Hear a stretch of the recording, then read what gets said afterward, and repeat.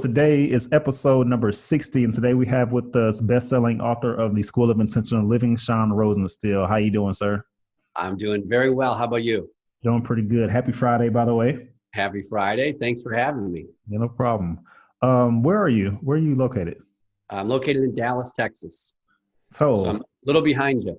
okay, so I'm actually from Dallas, Texas. Me and my wife were from Dallas, Texas. Yeah, No kidding. Whereabouts? DeSoto to be exact. Wow. Yeah. Wow. Yeah, my wife grew up here in Plano, Okay. and we just moved a few months ago. We were living in a suburb of Chicago for about 10 years. Okay. And, this seemed to be just crazy enough year to pull the plug and move closer to her family. So Yeah, Texas is a good place to live, though. I love Texas. no one warns you about the bugs over the summer, though. Bugs in the summertime? Oh, they were brutal this year. Yeah. Yeah, I guess We were expecting the heat, but no one warned us about the bugs. Yeah, it's like that in London. So here we don't have AC in the summertime. So you always have spiders and little critters and stuff inside your house, and they Sure. don't put screens on the windows. For some reason, that's like not a thing. That's like, I guess, it's a safety concern or something out here in London. Or That's not so in London, American. but UK. That's so American, putting screens on the Yeah. window, right? But it comes in handy. Like if you don't have one or the other, if you don't have AC, let's at least get some screens so we can get some ventilation going. That's right. I mean, you Yeah, can that's still open right. it up, but you're gonna have bugs all through your house and stuff. Wow. All Wow. right. So Sean, tell our audience a little bit about yourself. Yeah. I So, know you're from Dallas, so yeah, currently from Dallas. Yeah. So I had a bit of a wake up call in my late 20s. I went bankrupt after starting my first business, and I grew up with this very conventional idea of success. Like success to me meant big homes, fast cars, fancy toys, status, material possessions, keeping up with the Joneses. And I really had my whole identity sort of wrapped up in my net worth. Okay. And so when I went bankrupt, I felt like a big part of me was stripped away. And I felt like I had lost it all. And in that process, kind of recognized the fact that I wasn't only bankrupt financially, but I was bankrupt physically and mentally and emotionally and even spiritually. So it was I look back on that time in my life, and although it was a bit of a struggle, it was a real blessing because it helped me sort of refocus on the things in life that mattered most, which is something that I had not done before. So for the past 10 years, I've been a little bit obsessed with learning more about purpose and how I can live intentionally each and every day. And about 6 years ago, I started teaching and coaching this subject of intentional living. And then this year, finally, after years of procrastination, finally took the time to write my book earlier this year. Okay. And, published in You wrote it this July. year. Okay. I wrote it this year. Yeah, I sat down like Feb 1 and started writing it, and figured, no better time than now. And published in late July, and I'm very grateful for how well it's done over the last few months. Okay. So, and that was your first book you've ever written? Yeah. Let me ask you this, and I want to go back to the business that you started too. But before I get to that, let's talk about, did you ever plan on writing a book? Like, did you ever think that you would write a book? No. Never. So at the time of my bankruptcy, I just, had to start figuring things out, and I started learning again. I was never a big fan of school or formal education, because back then it was a very awkward time in my life. I was a horrible student, putting it generously, and I just struggled quite a bit. Yeah. Like I never understood what was the relevancy here. I'm learning these things, I'm regurgitating what I'm supposedly learning on this test, and then I'm forgetting about it. Yep. The next day. Yep. So I kind of lost that zest for learning in my early and mid 20s. And when I, had my wake up call, I had no other choice. I'm like, I need to start, very strategically turning around all these different areas of my life. I mean, I was in a pretty bad spot. So I discovered personal growth. I discovered learning again, and I didn't have any money.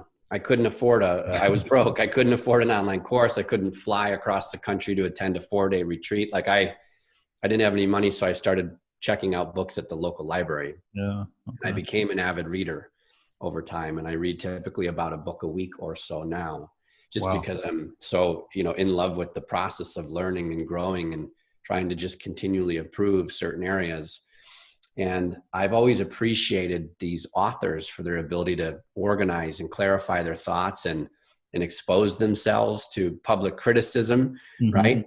And really put it all on the line, and also offer such an affordable way to help others. You know, books are such an affordable vehicle of learning and change.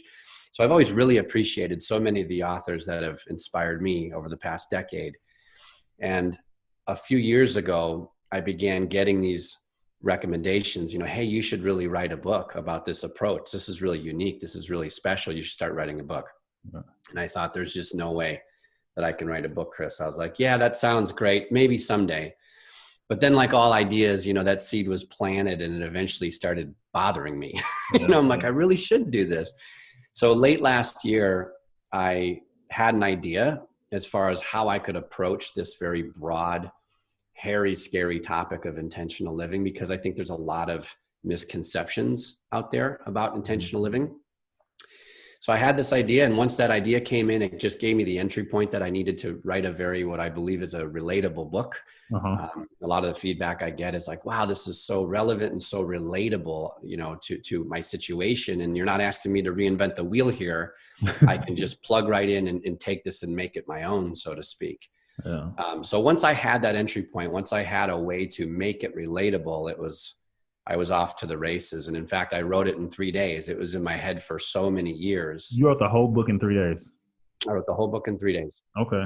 Yeah. Once I started, I couldn't stop. Now, that was, for me, that was the easy part, because again, I think it was bottled up for so many years. But then I went into the editing phase, and that was really difficult for me, because I hired these two amazing editors, and they basically just hurt my feelings.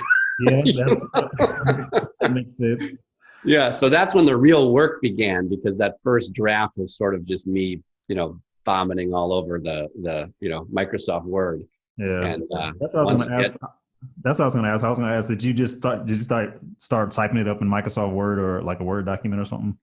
Yeah, I mean, I plan to write more books in the future, and I came up with sort of like a 6-step outline. So there's like a planning and outlining phase. You have to obviously give yourself a bit of a roadmap, right? I think a lot of people just start, they just go and they start writing, and that's great, but they may end up with 100,000 word mess on their hands, and it's really tough. Then that editing becomes even more difficult than it already is. Right. Yeah. So I started with like a plan, and I had a pretty loose outline of where I was looking to go through the 12 chapters of the book.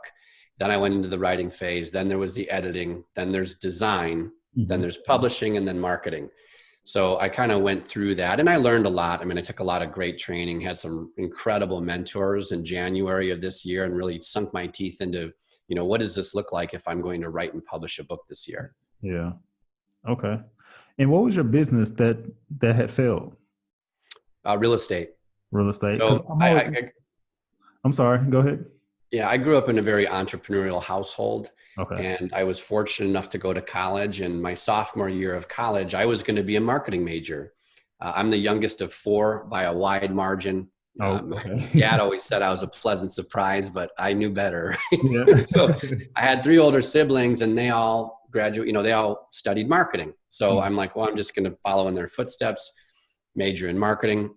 In my sophomore year, when it became time to like declare and get serious about your focus area, I noticed that there was a new entrepreneurship program at the college I attended.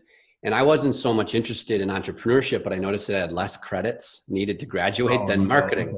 Okay. So I'm like, sign me up. I'm in. I'm an entrepreneur now. Yeah. So got out into the real world, started my own business. It was real estate related.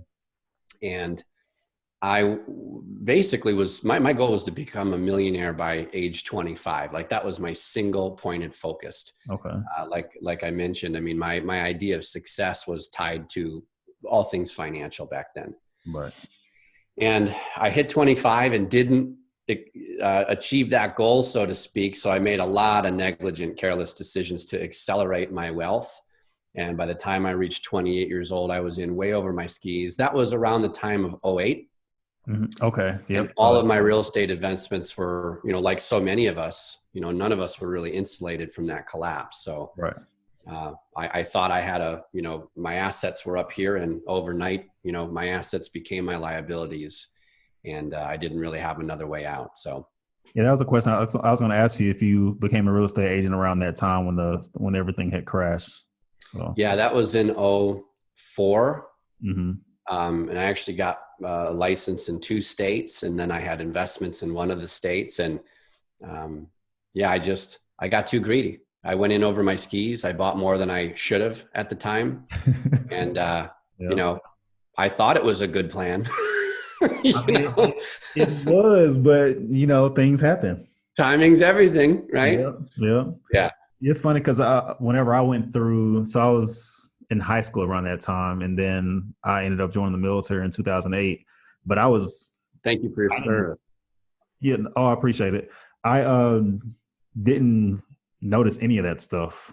Like my parents, because they had just bought a house. They had just had a house built in DeSoto at the time, and it was in 20. I think the house was built in 2005, maybe 2006.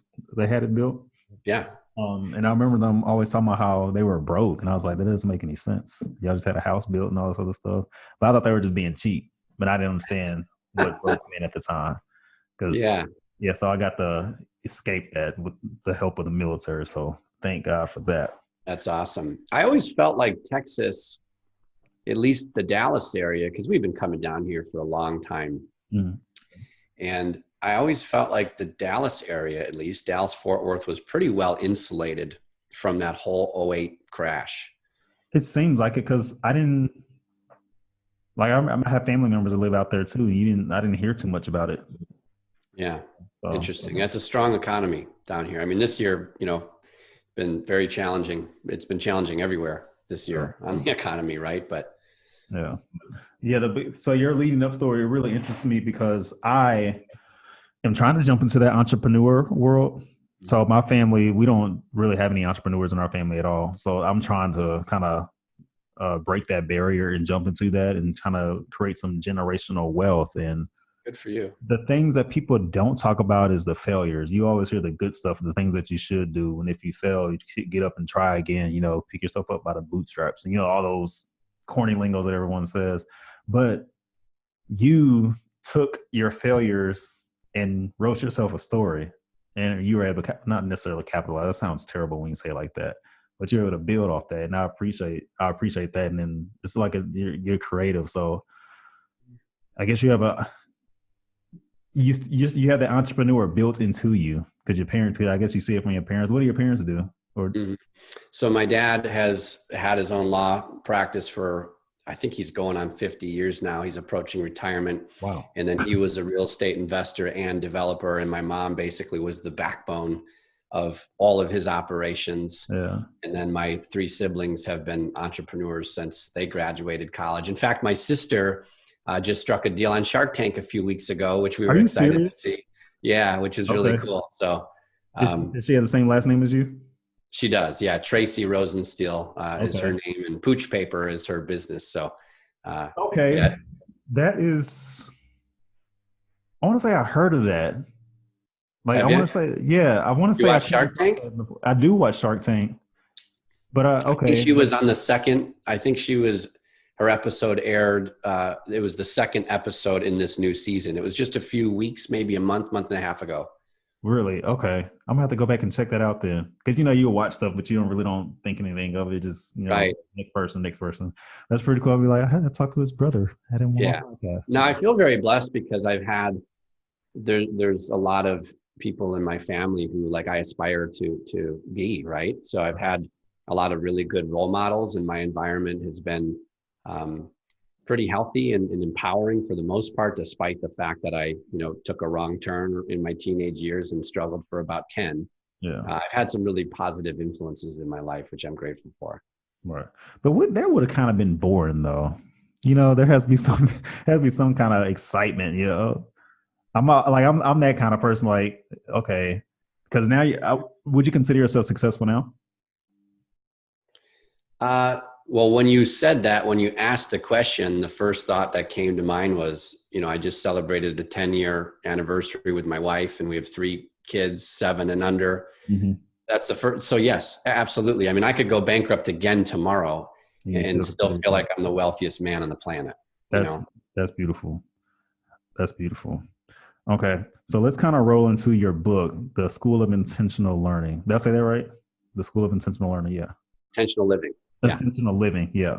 So let's talk about that. Can we just rewind for a second here? Yes. Because I like what you just said, and I think that's so important. I love failure. Like my motto is if I'm going to do something, let me fail fast. And for me, it's like failure doesn't exist. It's all feedback. Mm-hmm. So like without that feedback, you're not learning, you're not adjusting, you're not pivoting, you're not growing. Right. Right. So for me, like failure has always been such a blessing in my life. And eventually you get to the point where if that's your attitude or if that's your mindset, you want it. You know, it's like that failure gives me the feedback I need to adjust, correct course, and continue moving forward. Mm-hmm. So I think I love what you said a few minutes ago. And I think that's really important, is that we have such a fear of failure. But when you just reframe that and you look at it like feedback, mm-hmm. you want it sooner than later. Like I didn't want to take a year of my life to write a book because I wanted feedback. You know, I wanted that feedback fast. Okay. So I wrote it quickly, and then the editing was some feedback because I failed on my first draft for sure. Mm-hmm. You know, and I wanted to get it out to the marketplace as soon as I possibly could without cutting corners for obvious reasons. I wanted it to be good. I wrote it with the future of my children in mind, you know, because I figured if one day they feel as lost as I once was, or they feel like they're going through the motions in their life, like I want to give them a little bit of a map out of the woods. I want them to know how dad turned things around. Now they'll probably never read it, you know, or hopefully they'll never have a reason to. Yeah. They're not going to read it when you want them to read it. They're probably going to read it on their own time. Maybe someday they will, but that's kind of, that target for me, Chris, kept me, you know, vulnerable. It kept me transparent. It kept me honest in the writing. And I think that's an important part of entrepreneurship is failure. Right. And the way I look at it is like, you look at some of the most successful entrepreneurs, whether it's business or philanthropy or, you know, whatever it is, they've failed. Yep. And a lot of them have failed multiple times. So it's like, okay, how fast can I get through that stage? You know, so if you have an idea, I'm also a big fan of proof of concept. Okay. Because so many of us spend so many weeks and months and years contemplating an idea without even knowing if there's demand for it. Mm-hmm. So I'm a big fan of like, well, how fast can I prove this concept? And if it works, awesome, I'm off to the races. If it doesn't work and it quote unquote fails, great. I get the feedback I need to make those improvements and put out version 2 or whatever it is. Right. Right. So if you're looking into, you know, entrepreneurship, I'd say, you know, value the proof of concept as soon as you possibly can, because you have to prove whatever it is you're looking to do first, and ensure there's demand for it and there's a market for it. And second, try to look at failure as a way of receiving feedback to make those continued adjustments and improvements over time to make whatever it is you're looking to release out into the world that much better and more impactful. Right. Yeah. The society we live in now, and it's like, I don't want to, this is definitely not bashing on the younger generation because I'm part of that younger generation, right? Even you were part of that younger generation, to where we see, it looks like people are successful overnight because they only, like you have Instagram and Facebook and stuff, they only want to post the positive things in life. So they want to they're giving their highlight reels, basically. It's like the highlight reels of their life, and that's the only thing they're showcasing. And that's why I think there's a stigma behind failure, because we don't broadcast the failure. Like, oh man, today I sucked. Like, who wants to do that? You know? Right. But the blooper reel. Right. But that's the blooper reel. I find that the most interesting piece. I don't love failure. No, I'd be ridiculous if I love failure, right? But I appreciate it. Just kind of similar to what you were saying. You kind of appreciate failure a little bit because it gives you feedback. And I was talking to one of my friends today about something similar to that, about leadership. Like, there's so many books out there about how to be a leader, how to be a positive leader, but no one talks about the bad leaders. I'm like, we need to recognize the bad leaders in order to be a good. I think you need to recognize the bad leaders in order to be a great leader. That's just me. That's just my thought, though. Yeah, I oftentimes find that the bad leaders are referenced when you're talking about influence. Yeah. and negative influence, you know, because oftentimes in so many of these influence books, they reference, and I think for good reason, the Hitlers of the world and, you know, these people who have influenced negatively masses of people, right? Right. I think that's why I like the 48 Laws of Power, because it talks about the bad leaders, but it talks about the power, like the good things that the bad leaders did. Yeah. I like that. I found that pretty interesting. Yeah. Well, it's two sides of the coin. I mean, as much as we want to be told what to do, it's nice to be told what not to do at the same time. You know, like show me where the landmines are. Yeah. Right? Yeah. All right. I appreciate that. So your book. So the School of Intentional Living. Okay. You got it. I don't know why I want to say learning. So I love that title because I think there's a lot of people, and I could say that I'm one of them, that's not necessarily living with intentions. I'm just taking it day by day, but not necessarily having an intention every day. Just pretty much waiting. When I wake up, I'm ready to go back to bed type thing. So let's talk about your book. What do you want to talk about? So I like I didn't read your book, but I wish I knew that it was only 100 and something pages. How many pages is it? Yeah, it's well, when I wrote it, it was a little north of 200, and then luckily my editors took out almost 100 pages. So I think it's like 137 pages, not including front and back matter. So it's a very quick read. Yes, I wish I knew it was so short, because I could have read it in a week's time, in a couple of days, probably in half a day. I could have read that book. But I saw that you have chapter 1 and 9, and the first chapter is talking about how to discover what truly matters most in your life. So let's talk about that for a little bit. So sure. And I don't want you to give away the book, obviously, but I just want to talk about like some key points in that chapter, if you don't mind discussing. Sure. Yeah, absolutely. So the whole premise of the book, as much as this drove me nuts, but this idea I had was that, hey, the lessons I'm applying in my life today in the real world were inspired greatly by my experience in formal education. Okay. So there was certain lessons that I can look back upon in my school years and extract those lessons and apply them now to live a more purpose-driven life, to live more intentionally. And again, I don't look back fondly on my time in school, so it was hard for me to swallow that pill, but I also at the same time wanted to give credit where credit was due, right? So the first chapter is called Subject Areas. Okay. So all of us, I think, can relate to subject areas back in school. We all had 5, 6, 7 subject areas that we were responsible for: math, science, language, whatever they were. Right. And the point here is that back in school, we couldn't pass 5 of the 6 subject areas and flunk one. We wouldn't progress to the next grade. Right. At the same time, we couldn't just do really well and go all out in one subject area, but neglect and fail the other 5, same net effect. Yeah. So back in school, many of us who did okay, if you're like me, I barely scraped by the skin of my teeth, but we figured out a way to be in that constant state of balancing. Because I think this whole work-life balance thing is a myth. I think a lot of us are looking to achieve this thing, this noun we call balance. But if that's what we're going for, we're going to continually be set up for disappointment, because to me, balance is a verb. And it's, being in a constant state of balancing that truly helps you over the long term. Because the moment you feel like you've achieved work-life balance, 2 minutes later, you're off again. Right. Yeah. So we found a way to be in a constant state of balancing all of our subject areas in school. Well, in the real world, subject areas become our life areas. We have areas of life that we need to constantly pay attention to and improve over time. So areas of life like our health, our wealth, our relationships. And there's all sorts of sub areas that we need to discover for ourselves.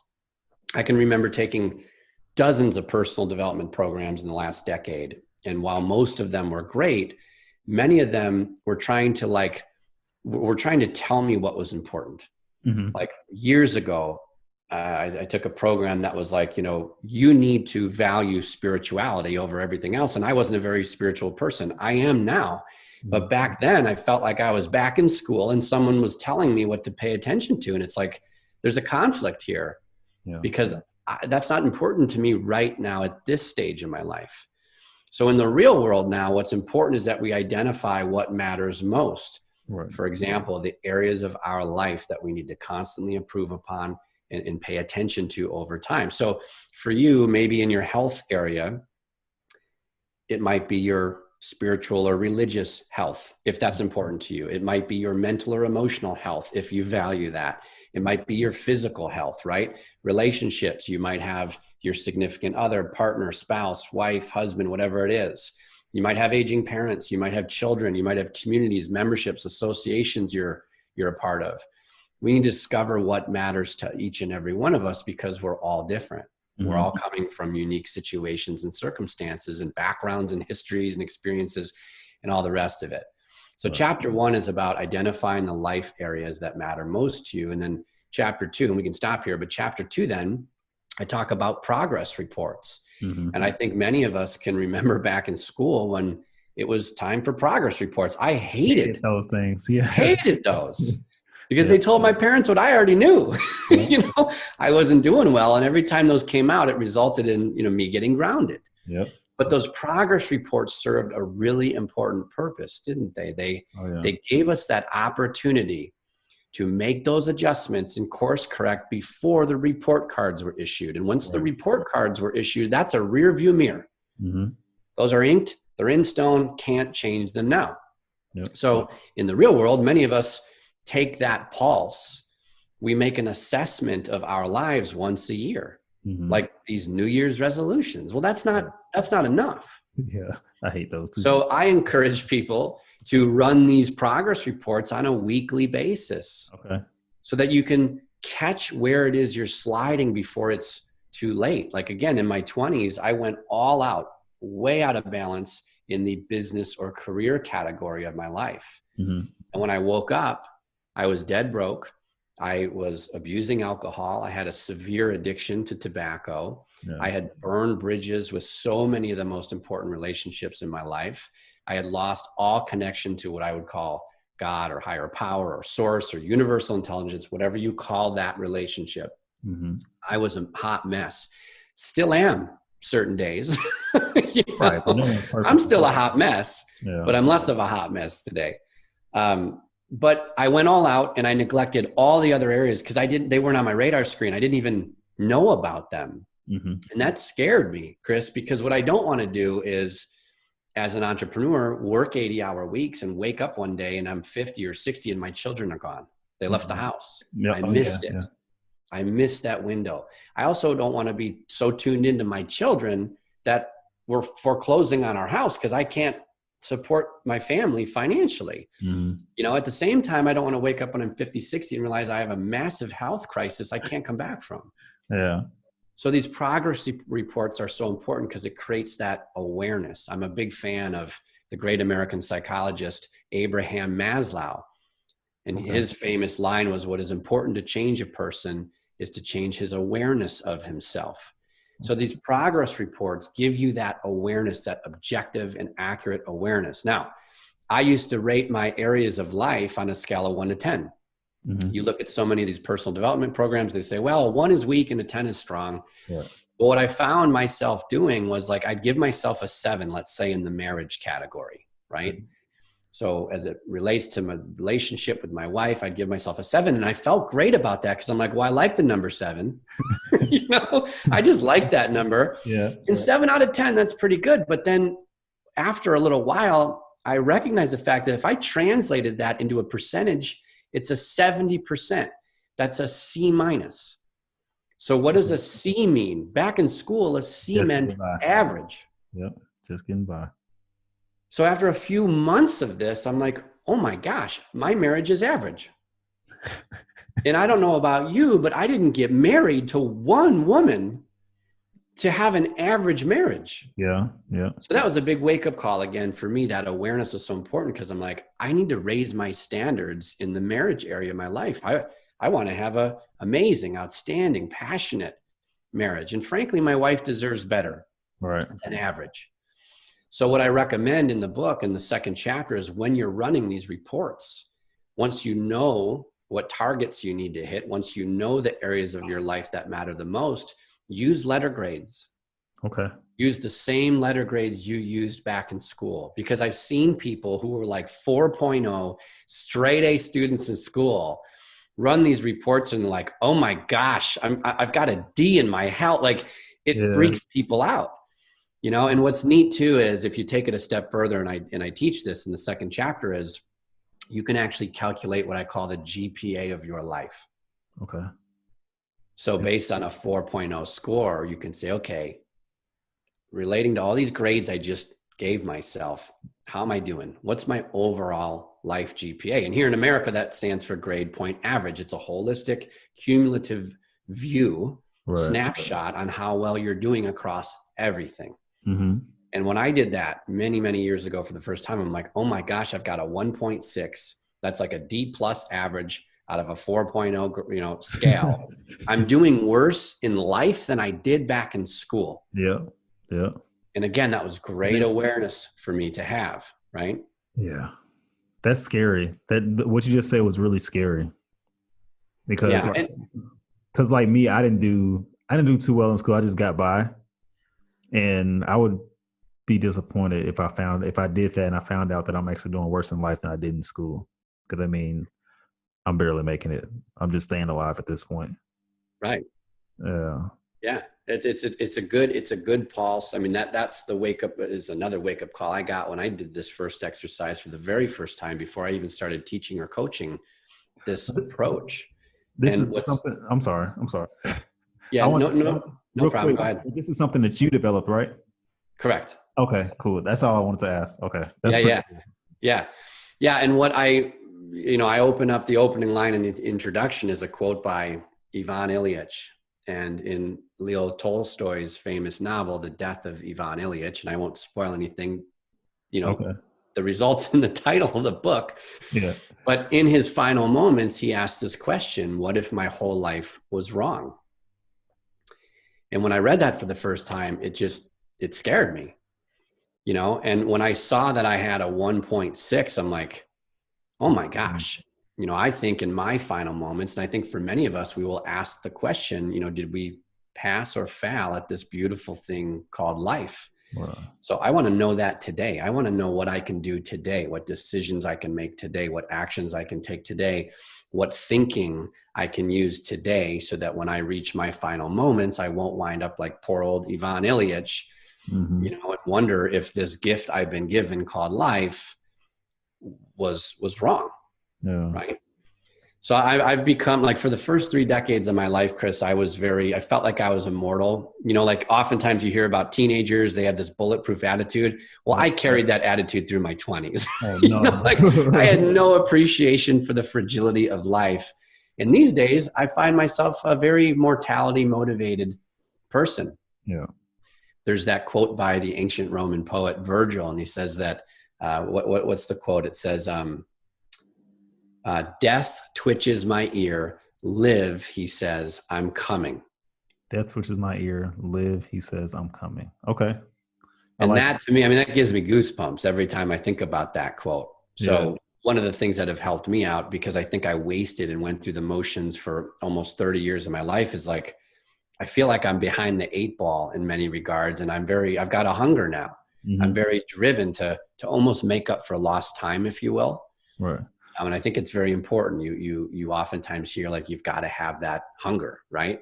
You've got to have that desire, that drive to become a better person, or to, make that change that's so difficult, or to start the business, or to lose the weight, or to live a more purpose-driven life, whatever it is.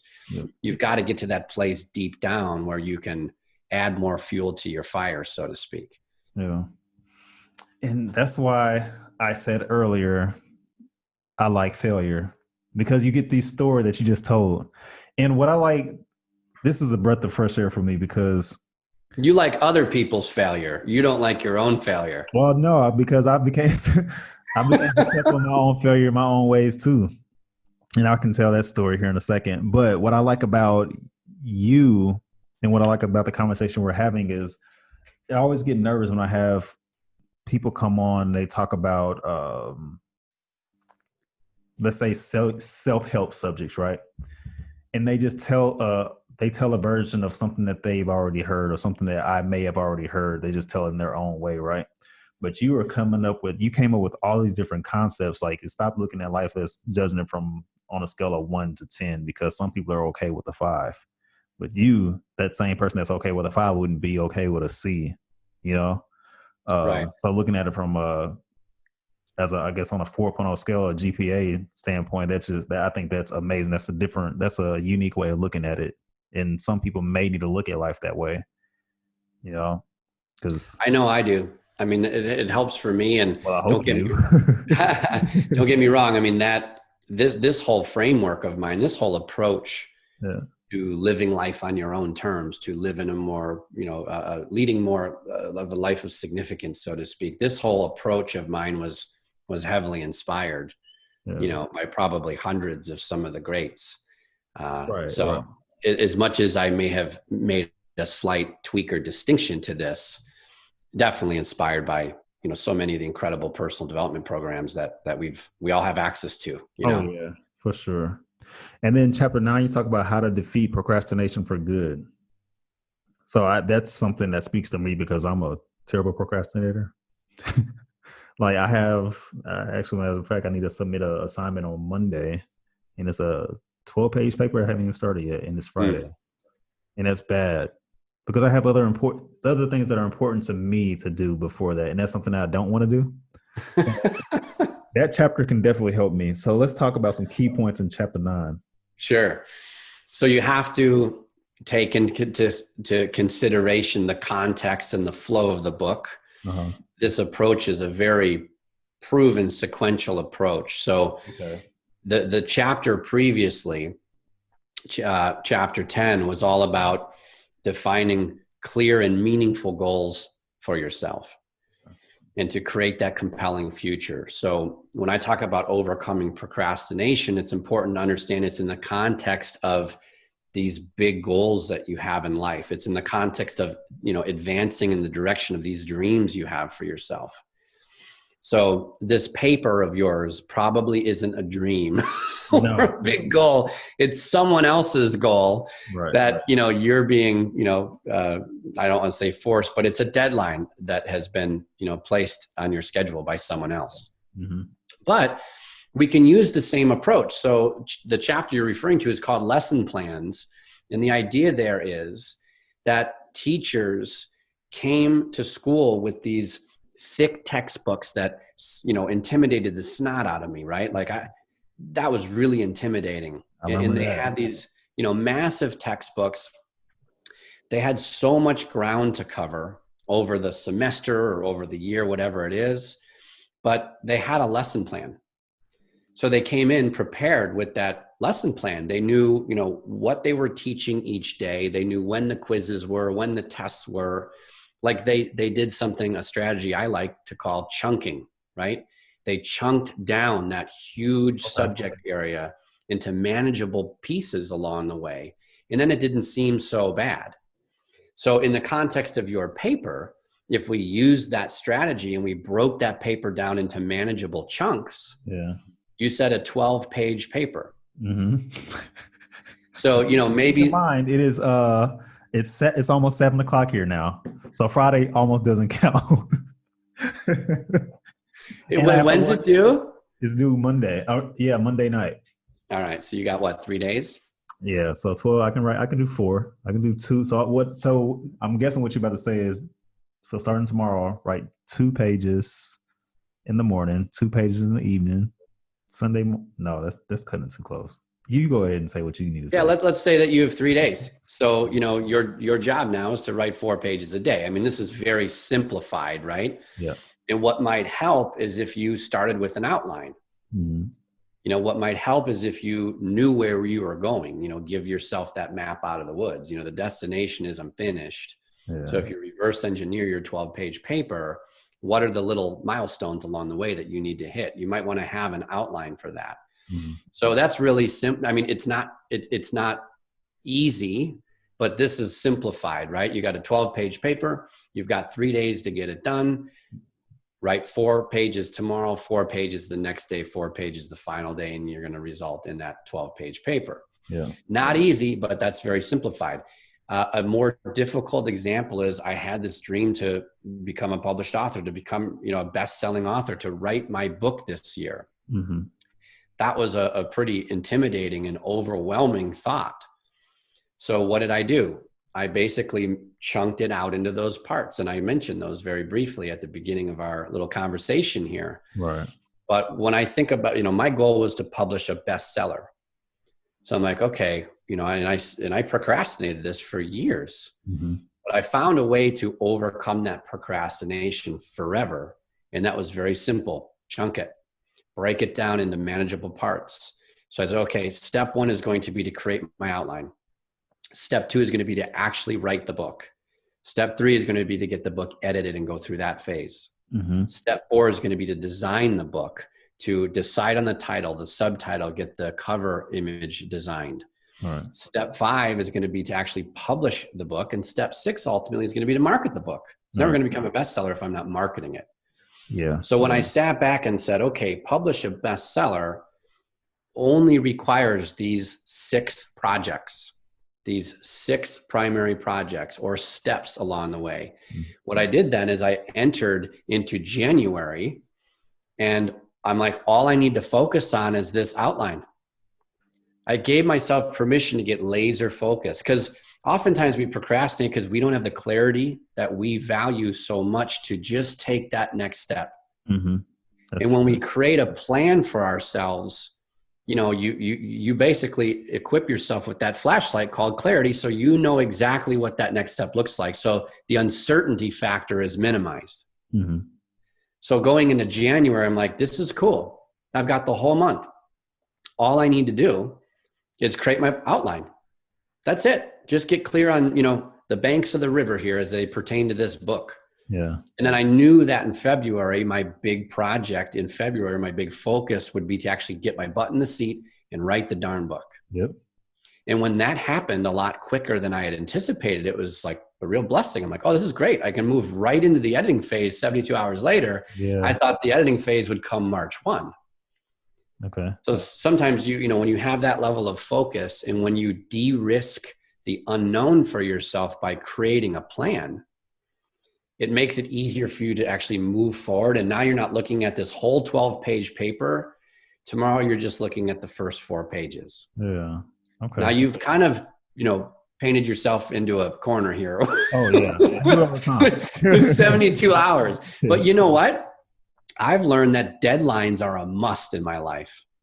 Yeah. So what's important is as you create this plan, you're actually putting timestamps. You're putting deadlines on the major chunks or parts or projects or steps. You're assigning yourself due dates and deadlines on these things, because otherwise it's like, oh yeah, I need to write the first 4 pages. I'll get to that later. Mm-hmm. But with deadlines, it's like, okay, at the end of today or whatever tomorrow it is for your situation, like I need to have 4 pages done. Right. So that's what that whole strategy of chunking has done for me in my life. Is it's allowed me to literally overcome my procrastination as it relates to these big ideas, these big dreams, start a business or lose the weight or start or end the relationship or, whatever it is. Yeah. Creating a plan is everything. I mean, that gives you the benefit of seeing just that one little next step. And when that's all you have to worry about, you no longer feel so overwhelmed. Mm-hmm. You no longer have such a big tendency to procrastinate because you're like, oh, that's not bad.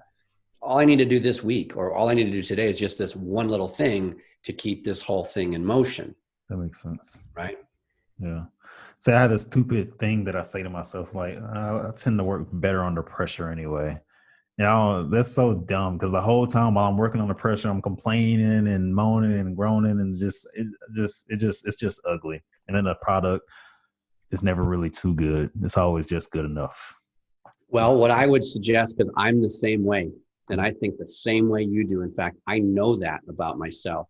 Yeah. So I would encourage you to create what I would call artificial necessity.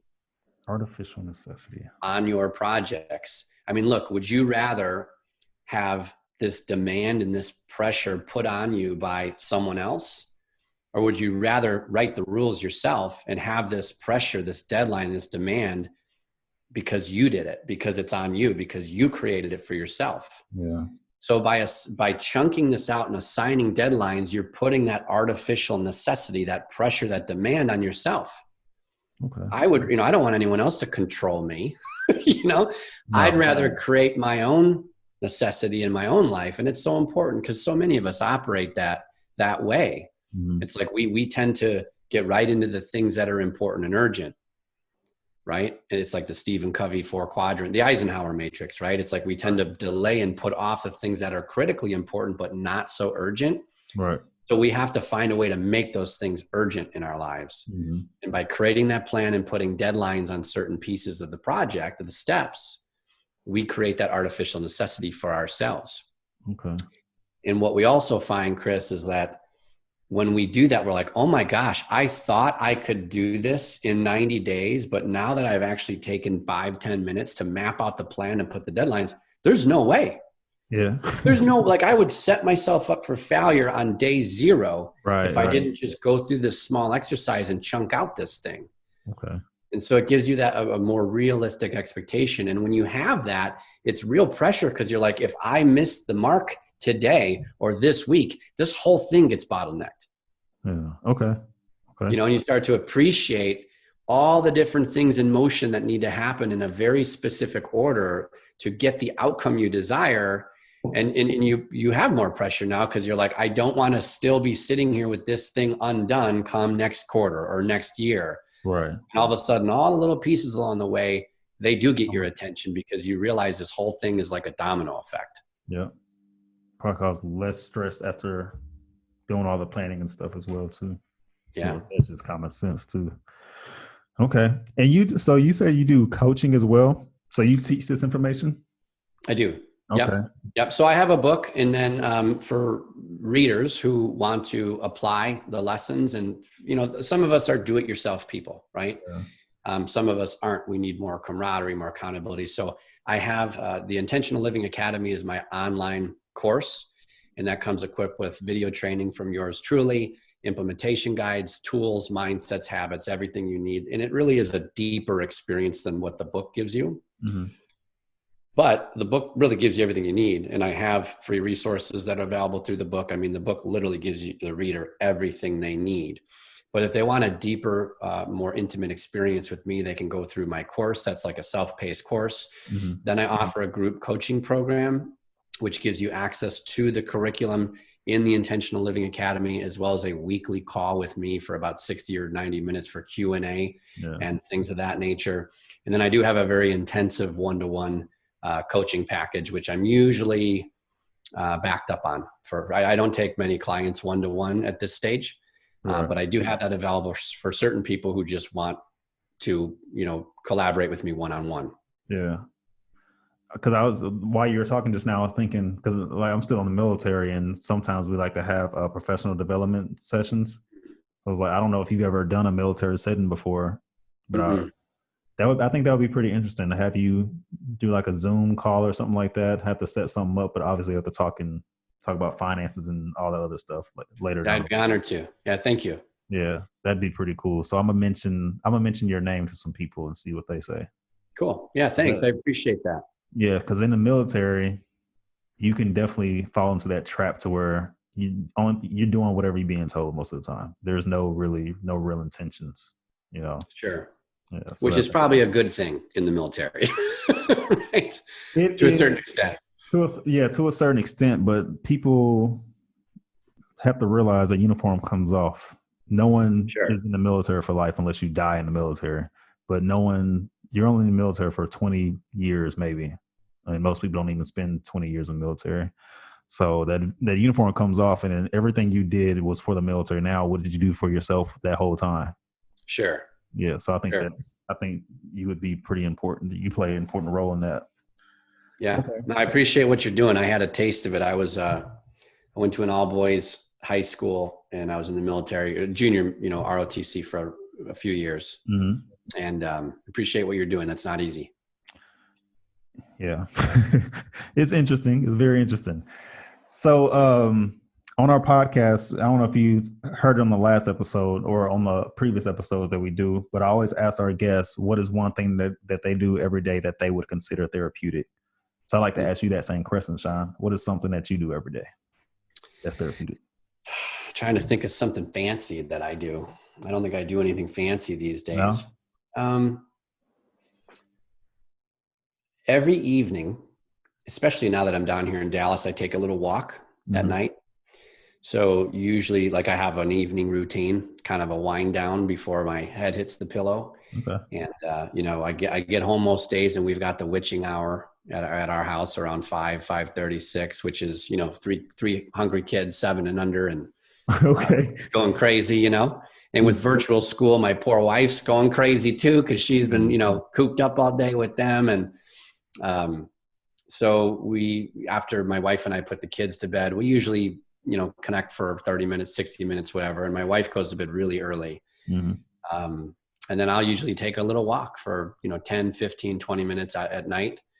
And I've been doing that for years and years and years. And I just find it's almost like meditation. I meditate as well. Right. But that to me, just to kind of clear my head a little bit before I start getting ready to wind down. I love it. A little bit of exercise, a little bit of a, you know, brisk walk, so to speak. Right. And down here, I mean, we've had some incredibly clear skies. My parents just bought me a telescope for my birthday. Yeah. So I've been like just fascinated lately with, you know, the universe and the vastness of it and the stars. And I'm recognizing constellations now, which is kind of neat. Okay. And yeah, it's just been really fun just to kind of be in that state of awe as far as just, you know, how small you really are and how much of a, you know, parentheses in eternity we all really are. Right. So it gives me really good perspective, sometimes after a long day, you know. Okay. That's interesting. And that's so simple. That's so simple, but yet effective. Do you you leave your cell phone and all that stuff at the house whenever you go for your walk? I do. I need to do that. But the weather in England is not the best. It's always raining and cold. But I love that. I love Texas weather sometimes. Sometimes it gets a little too hot. Yeah, I do, except for the summer is not my favorite. But yeah, I love living out here in the UK. I definitely appreciate those hot summers now, especially because we have AC in Texas now. So you can always go inside when it gets a little too hot. Right. Exactly. No, you always want what you don't have, I suppose. So it's good perspective for me to hear about the London summers, you know? Yeah. And then obviously when I go back to Texas, you're going to miss the London rain. Like, man, right. Do you miss the London rain? I don't know. No, you don't. You can't. There's no way anyone can miss this English weather. It's so miserable. It'll put you in misery if you let it. Yeah, I'm sure. I'm sure. But there's a bunch of studies done, aren't there, about like how important it is for our, you know, mental health as far as sunlight. Yeah. I mean, I know they like years ago in my office, because I had a very small window in my office years ago, I bought like these natural daylight lights to try to like emulate, because the winters got a little long, like kind of what you're saying. There's a lot of cloud coverage, a lot of grayness. Yeah. So here we only get the sun comes up around 8 or 9-ish and it goes down around 3. So it's kind of like, so we barely getting the sun. My parents, they were here in 2018. The end of 2018, they came to make a visit and they were so surprised that they barely saw any sun out here. I was like, it's kind of like living in Alaska. We don't have that much sunlight during the winter time. Wow. Yeah. But it's pretty cool though. But so Sean, anything else you want to share for the audience? I don't think so. I really appreciate the opportunity, Chris. This was a lot of fun. And as I mentioned before we got on, I love what you're doing. So thanks for putting out so much empowering, you know, information and content into the world. Yeah, that's why I named it Public Therapy Podcast. But I just find these conversations, especially the one that me and you had, they're so therapeutic. And I think that other people like to listen to this type of stuff. So that's why I like to have people like you to come on our podcast. And sometimes it is fun just to have friends come on and just pretty much talk crap back and forth. I love that too. But it's also, I like to be productive and like, what is it? I guess we can call this podcasting with intentions, right? So there you go. There you go. Right there. No, I love it. So what I'll do, and for those people that are listening, I'm going to put your links that you sent me to where people can purchase your book. And it's very cheap. I look at that; it's very cheap. Like it's reasonable. There's no reason why you can't get that book. And it's so Yeah, you can find it anywhere. If you buy it direct from me, the digital copies anyway, the PDF, the Kindle version, I think I'm selling it for like $4.99 on my website, which is going to be cheaper than Amazon, Barnes and Noble, anywhere else. So a little incentive to get it direct versus from some of those other retailers. Yeah, but you offer a signed copy too, don't you? Not anymore. Oh, it's out. Okay, I think I thought I saw a link where it said. You know what? I will. If any of your listeners want one, email me direct, and I'd be happy to do that. But I actually, I think it was last week I pulled that promotion from the website. But I was doing that for probably 3 or 4 months. It was a ton of fun because I got to meet some really cool people along the way, virtually, of course. But yeah, I ran that promotion for a good, I think it was 90 days now, where you could buy the paperback and just pay shipping. Yeah. And then I would, personalize a little message in there for you and sign it. But yeah, if anyone wants that, feel free to just get in touch directly with me. I have an inventory of them at my house, so happy to do that. I think I'm gonna ask for one for you. You got it, Chris. You got it. It's yours. All right, cool. Yeah, if you have anything else, that's all I have for you. Let me look over my notes real quick, make sure I didn't miss anything. I think I'm good. So yeah, like I said, nice to meet you. Appreciate everything you're doing. I'm gonna get your book. For those listening, make sure you go purchase this book. It's a short read, just like you said, and y'all check that out. So any shout outs or anything else, like any websites or anything that you want to put out there? Shout out to my friend Liz. She's also been in London for, probably 7-8 years now. Your friend Liz? My friend Liz, and I hear the same things from Liz about the weather, so you're not alone, obviously, in that. Okay. And no, just thank you again for your service. We really appreciate it. I appreciate you, sir. All right, y'all. It's been another episode of the Puppy Therapy Podcast with the host, Chris. And I guess Ray's off today. My wife, she does the podcast with me sometimes too, but she's off today. All right, y'all. Y'all have a good one. Peace.